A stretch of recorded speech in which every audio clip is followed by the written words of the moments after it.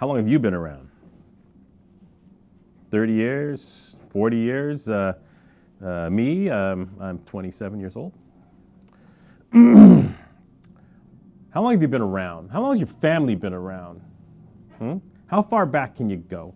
Where are you at with the ancestry thing? Did you do the DNA thing? Well, I mean, now the whole world has your DNA if you did it. But if you did it, you found out that you knew somebody like from what, the 1700s, or your triple, quadruple great-grandfather was a swashbuckling pirate of the First Order. That's all fine and well and good, and I'm glad you did that. But these cats, documented, 1435. Not only that, it's the same cats. It's the same family. There hasn't been any like, okay, granted, there's been some wars, you know, the Medicis, Florence, Siena, death, decapitation, disembowelment, popes killing people. Wait, did I say that? No, okay. But in the end, the Mazzeis survive. The Mazzeis are here for you. So the Mazzei family, one of the first families in Chianti Classico, you know, I got to put them up there, the Antinoris and Broglio maybe, and some of these other like really, you know, Rufino, you know, some of these really, really classic, groundbreaking, first to the, well, not groundbreaking because they were just really rich. But here's the deal. Some of the guys are just really rich and they own a lot of land still. Now, some of the guys, they're really rich, own a shit ton of land, and they know what to do with it, and they make great wine. And that's where we're at with the Mazzei family. So you might know them from one of their labels, Castello di Fonterutoli. Actually, it's just Fonterutoli now, I think, because that was really long and hard to say. Like Americans, if they try to say Fonterutoli, they'll hurt themselves or break their tongue. So they got away from the whole Fonterutoli thing, and now they're just known as Mazzei with a number of their wines, which is much easier to say. Hey, Mazzei. Huh? I mean, they don't say it like that, but I'm sure, you know, I'm sure. Anyway. All right, here's the deal. Chianti Classico Ser Lapo. Ser Lapo, who's that? Just another family relative, but this time from 1398, that according to them, and there's documents and stuff, gave Chianti its name. Or was the first to mention the name Chianti in a document anywhere in Tuscany. Kind of a big deal. So they thought, well, that's kind of a big deal. So they named one of their top wines after him, Ser Lapo. And this is a fabulous Chianti Classico Riserva from the Mazzei family.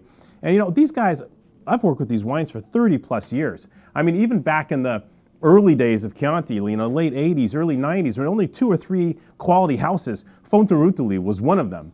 You know, we called it the 3 Fs at the time. You know, there were the 3 Rs in Zinfandel, right? You know, Ridge, Ravenswood, and Rosenblum, I think, probably back at the time. In the early 90s, there were the 3 Fs. And it was Felsina, Fontoti, and Fonterutoli. Now they're an M, but I digress. The point is, 30 some odd years, these guys have been making great wines. Top of the game Chianti Classico wines. And they are not stopping anytime soon. They just launched that Ipsus project, which is like a $250 Chianti. Amazing wine. And they're not stopping.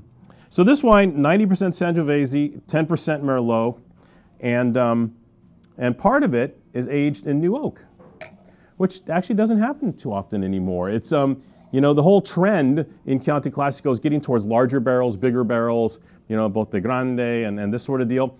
And these guys actually put a bit of their wine in a small French oak barrel. And it's none the worse for wear for it, actually. If you have quality Sangiovese, it'll respond just fine to new wood. I mean, lighter toast, of course, but this wine is 100% Chianti Classico, dyed in the wool, you know. This is beautiful gear.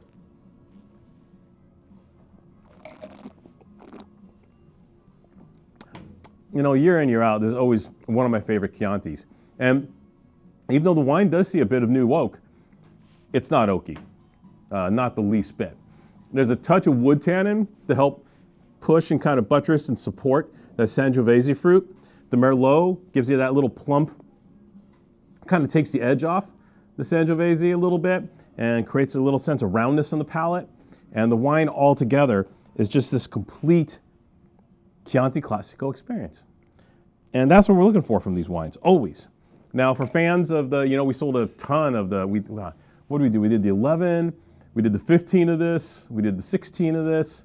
skip 17, hot vintage, da da da da. And now we're back with the 18. And the 18 is another terrific version of this sensational Chianti Classico wine from the Mazzei family. And the local distributor sweetened the pot for us. This is usually $35 on the shelf, which isn't too crazy for a top flight Chianti Classico Riserva, which, by the way, 93 points Wine Spectator, 94 points James Suckling, just in case you're keeping score. Those are big numbers. They are not small, they are big numbers. How's 25 bucks? 25 bucks is pretty good, huh? $24.98. This is a heck of a Chianti Classico for $24.98. And you guys are out there. You guys have been buying a lot of Chianti from us. And I got to say thank you. It's really great and heartwarming to see you guys jumping out on a Chianti Classico. You know, I'm catching grief from Tristan and a few other folks just about how empty the Chianti Classico section is over there. But that's because you guys are buying wine. Chianti Classico is one of our top up-and-coming categories, I think. It's super consistent. We roll through the wines on a consistent basis.